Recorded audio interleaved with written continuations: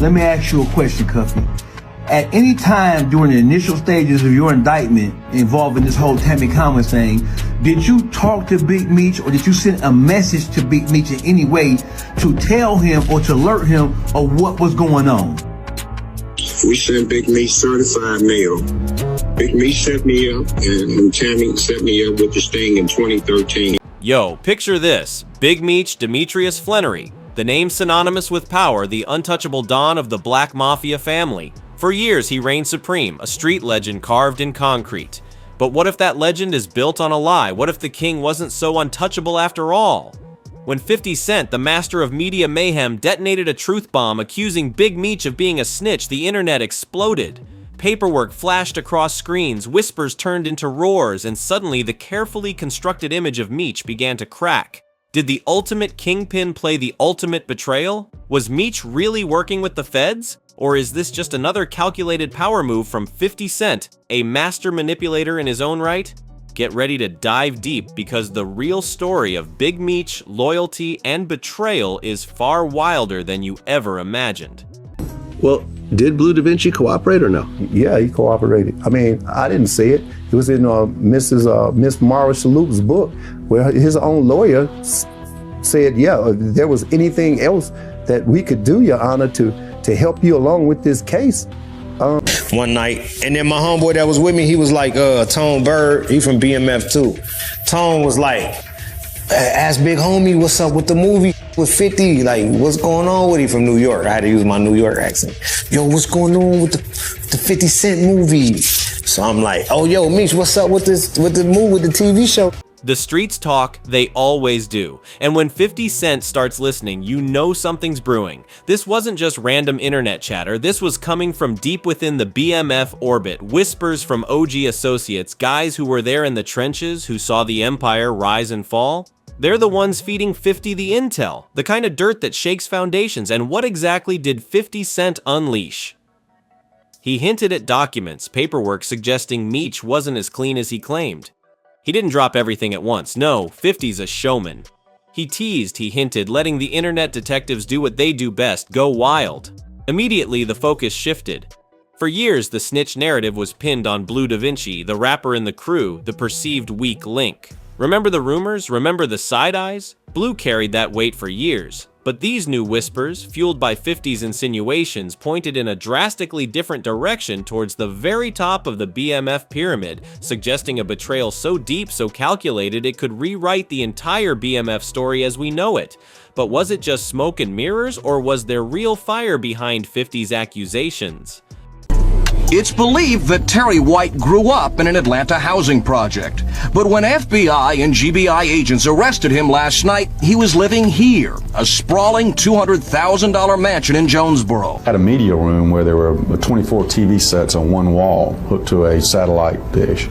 And you could hit a button and all 24 TVs would come on. My client would be more than willing to cooperate with you all to help you in this investigation. But now the thing of it is by you admitting what was done, you know what I'm saying, what you done or whatever, but bottom line is, you know, you didn't take the single plea. You went in and... To grasp the magnitude of this potential betrayal, you have to understand what BMF truly was.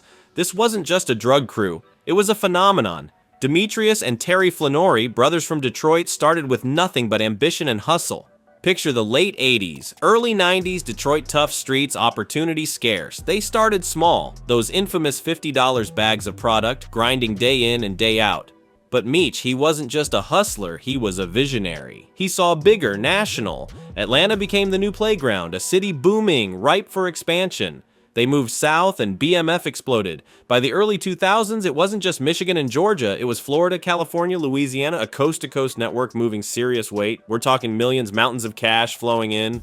But Meech and Terry were smart, or so they thought. They needed a legitimate front, a way to wash that dirty money. Enter BMF Entertainment. On the surface, it was flashy concerts, parties, music videos, the whole 9 yards. They even signed Blue Da Vinci, hoping to legitimize the operation through the music industry. Blue, with his smooth flow and street-smart lyrics, became the face of BMF Entertainment, dropping albums like The World is BMF's. But behind the velvet ropes and champagne bottles, BMF Entertainment was the ultimate money laundering machine. Terry White, the brother, living proof of the empire's excess.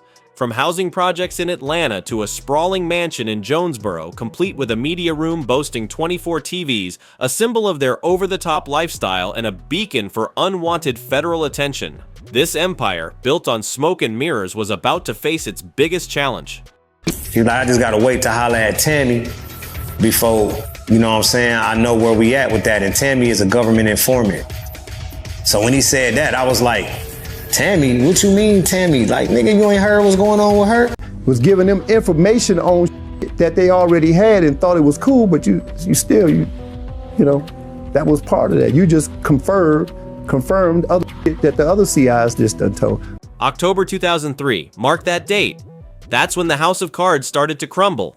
The feds, after years of watching, finally made their move. Imagine the scene: dawn raids, doors kicked in, choppers overhead. Meech was snatched up in Atlanta, his reign seemingly over. Immediately, the blame game began, and Blue Da Vinci became target number one. He was the outsider, the artist, not a hardened street soldier in the traditional sense. And then came the lawyer's statement in court: my client would be more than willing to cooperate with you all. Cooperate. That word hung heavy in the air. In the street code, cooperate often translates to one thing: snitch. The rumors intensified. Blue became a pariah in certain circles, branded with the scarlet letter S. But think about it, Blue wasn't even arrested in that initial sweep. Meech and others went down, but Blue remained free. Suspicious, right? However, questions lingered. Did Blue actually have valuable information? Did he really know the inner workings of Meech's empire? Then, in 2004, during court proceedings, Dexter Sosa, BMF's logistics mastermind, threw a curveball. He mentioned Tammy in court, hinting at her being a government informant. Tammy? Like, censored you ain't heard what's going on with her? Sosa's words, spoken on record, planted a seed of doubt, a hint that maybe, just maybe, the snitch wasn't who everyone thought it was. But Tammy? Who was Tammy? And what was her role in all of this? Fast forward nearly 2 decades to 2023. Blue Da Vinci, after years of carrying the snitch label, decided enough was enough. He sat down with Capone News ready to clear his name once and for all. And in a move that shocked everyone, he didn't just defend himself, he went on the offensive. He dropped the name Tammy Cowan. Not just Tammy, but Tammy Cowan, CS1, Confidential Source 1. Suddenly, the pieces started clicking into place. Tammy Cowan, Meech's trusted business partner. They went way back to 2008, years before the takedown. Even after Meech was locked up, Tammy remained loyal, or so it seemed. She visited him, ran errands, kept the BMF machine, or what was left of it, somewhat oiled. Meech, in an act of ultimate trust, gave her control of his life rights. Think about that, your life story, your legacy, in someone else's hands. Tammy partnered with 50 Cent to create the BMF TV show, a massive hit, a money-printing machine built on Meech's life. But the bombshell Blue dropped was this: Tammy wasn't just co-producing a TV show. Leaked documents allegedly revealing Tammy as CS1 surfaced, painting a picture of a double agent. Confidential source for the DEA since 2009, feeding information that cracked a money laundering case leading to the conviction of Terry White, Meech's own brother. The betrayal, if true, was staggering. Tammy, the trusted confidant, potentially the architect of BMF's downfall from within. Why would Tammy do it? Why betray someone who trusted her implicitly? According to the documents, it wasn't about money initially. Tammy wasn't broke, wasn't facing charges, wasn't looking for a deal. The motive? Revenge. Apparently, Terry White had used Tammy to clean dirty money without her knowledge. When she found out, fury ignited. This wasn't about snitching for gain, it was about payback, about not being played. She flipped the script, turning informant to bring down Terry White and dismantle a part of the empire that had allegedly wronged her. And it worked. Her information was gold. The DEA, initially surprised by her willingness to talk, quickly realized her value. Agent Harsh, her handler, even put her in for a reward, a cut of the assets seized from Terry White's operation cars, cash, mansions, the whole Kingpin starter kit. But Tammy's double game didn't stop there. It got even messier, more complicated, and frankly more scandalous. She allegedly started sleeping with one of the DEA agents working the BMF investigation. Agent Chroma, the name mentioned in court documents. Think about the implications. A confidential informant romantically involved with her handler? This wasn't just unethical, it compromised the entire case, blurring lines, creating potential for manipulation and disaster. Tammy was walking a tightrope, playing every angle, a dangerous game of chess with real-life consequences. While Tammy was navigating this treacherous landscape, Big Meech, still behind bars, was cooking up his own schemes. He connected with Fidel Suarez, a cartel player with a trucking company, a ready-made pipeline for moving product. Meech, even locked down, was trying to keep the game alive, using Suarez's network and Tammy as his link to the outside world. He reached out to Tammy, identified as CS1 in the documents, asking her to coordinate a major delivery, connecting Suarez with Dion Cuffy Gatling, a heavy hitter in St. Louis. Cuffy's reputation preceded him Gatling trafficking organization, flooding St. Louis with product for years. Meech, Suarez, and Cuffy, a dangerous alliance forming, ready to move serious weight across state lines. But Tammy, the snake in the grass, was feeding every detail back to the feds. Her reports became the foundation for Cuffy's takedown. March 13, 2014, Cuffy got slammed with 27 years. Drug trafficking, weapons charges, a life destroyed, and Meech? He walked away unscathed, not a single charge related to this operation. How? That's the million-dollar question. Tammy, in court, when directly asked if Meech was involved, denied everything. Lied under oath, allegedly protecting Meech, the man she had also potentially betrayed in other ways. But the feds weren't fooled. They saw the red flags, the inconsistencies, the compromised agent. Tammy's credibility was shot. Then came the panic. Tammy stumbled upon Gatling's legal team's suppression motion. Her identity as CS1 was about to be exposed. Cuffy Gatling, a man known for ordering hits on snitches, a man with blood on his hands. Tammy's fear was palpable. She ran to the feds for protection, but they turned their backs, compromised, unreliable. They were done with her. In desperation, Tammy made a final desperate move. She went to Big Meech himself, seeking help, seeking protection from Gatling's wrath. And Meech's response, cold, didn't want his name tangled up in it. After years of loyalty, after giving her his life rights, in her moment of terror, Meech abandoned her.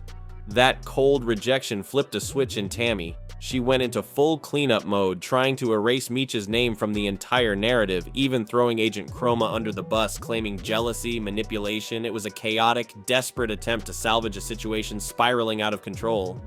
But the truth, like water, always finds a way. Cuffy, locked up, had time to think, to piece things together. It didn't take him long to realize who had set him up, Tammy Cowan, and he wasn't going down silently. He filed for a Franks hearing, a legal maneuver allowing him to challenge the validity of the warrant based on potentially false information from informants. This meant Tammy, Agent Chroma, everyone involved could be forced to testify, to face Cuffy directly, to answer for their actions. The stakes were incredibly high. Then, in 2024, Blue Da Vinci and Cuffy teamed up again, this time with Cuffy calling in from prison, and Cuffy dropped his own bombshell. He echoed the snitch accusations, but with a twist. He claimed Meech did cooperate, but indirectly using Tammy as a third-party cooperation to protect himself while sacrificing others like Cuffy in the process. "If you kick it with a known snitch, your name gonna get dirty," Cuffy declared from behind bars. The internet exploded again.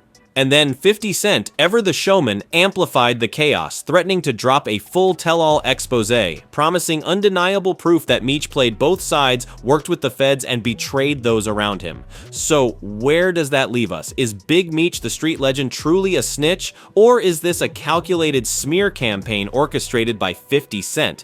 Perhaps to boost his BMF show, perhaps for personal reasons, perhaps for something else entirely. The streets are buzzing, the questions are swirling, and the truth remains shrouded in layers of deception and betrayal. This story is far from over. What do you believe? Is Meech guilty? Is 50 telling the whole story? Let us know in the comments below. Don't forget to like, share, and subscribe, because trust me, the next chapter in this saga is going to be even wilder. Stay tuned! This is just the tip of the iceberg. The story of Big Meech, Tammy Cowan, and the BMF betrayal is a tangled web of loyalty, lies, and potentially the ultimate street sin snitching. We want to hear from you. What are your theories? Do you think Meech is guilty? Do you believe 50 Cent has the receipts? Dive into the comments section below, let your voice be heard, and join the conversation. This is more than just a story, it's a reflection on street ethics, the price of loyalty, and the blurred lines between truth and perception. If you found this deep dive fascinating, make sure to smash that like button, share this video with anyone who's following the BMF saga, and most importantly, subscribe to the channel and hit that notification bell. We'll be bringing you all the latest updates, breakdowns, and theories as this story continues to unfold. And trust me, with 50 Cent involved, there's definitely more drama on the horizon. Thanks for watching, and we'll catch you in the next video.